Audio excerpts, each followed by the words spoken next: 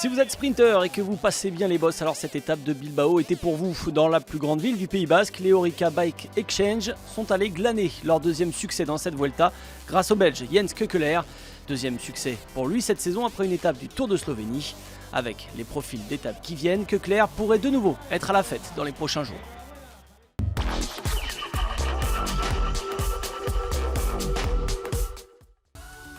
Au lendemain d'une explication entre favoris remportée par Christopher Froome, c'est un retour au Pays Basque qui attend le peloton.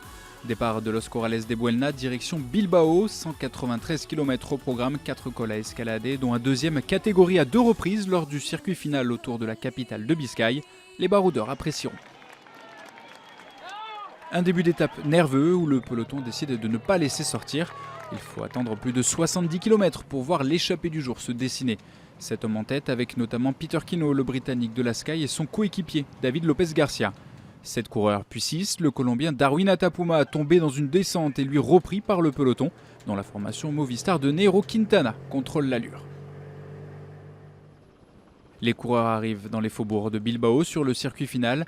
Les 6 échappés se présentent au pied de l'Alto del Vivero, un col court mais pentu qui va vite devenir trop dur pour le Français Romain Hardy. Dans le peloton, la formation Astana accélère l'allure et fait redescendre l'écart sous les 2 minutes. Et au passage au sommet que franchit en tête Kenny Elissonde, les échappés n'ont plus qu'1 minute 40 d'avance. Cela n'augure rien de bon pour les 5 fuyards. La formation Astana a des envies de victoire et le fait savoir. Résultat, l'écart passe sous la minute et à 18 km de l'arrivée, au pied de la dernière ascension, l'échappée est reprise. Dans le peloton, on accélère. Dries de Venins pour l'équipe YAM s'en va seul. Le Belge prend rapidement plus de 30 secondes. Derrière, on tente de faire des différences à l'image d'Alberto Contador, en vain. De Venins va résister au retour du peloton jusque sous la flamme rouge. Le sprint est inévitable et à ce petit jeu, c'est Jens Keukeler qui se montre le plus véloce. Le Belge de la formation Orica Bike Exchange qui vient lever les bras pour la première fois sur un grand tour.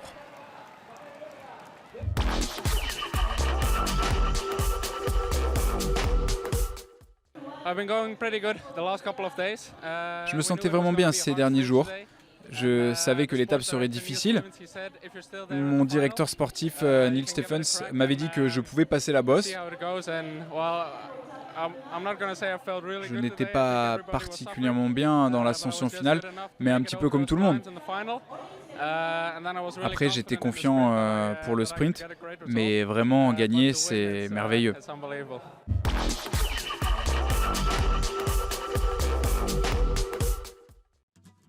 Jens Keukeler sauve sa première grande victoire sur la Vuelta, il devance Maxime Bouet. Luis León Sanchez et Valverde, qui faisaient figure de grands favoris pour l'étape dans cette configuration, sont tout de même dans le top 10.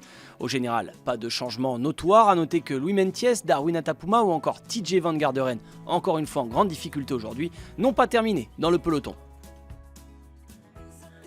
On restera au Pays Basque, direction les Pyrénées demain sur la Vuelta pour l'étape la plus longue de ces 3 semaines de course.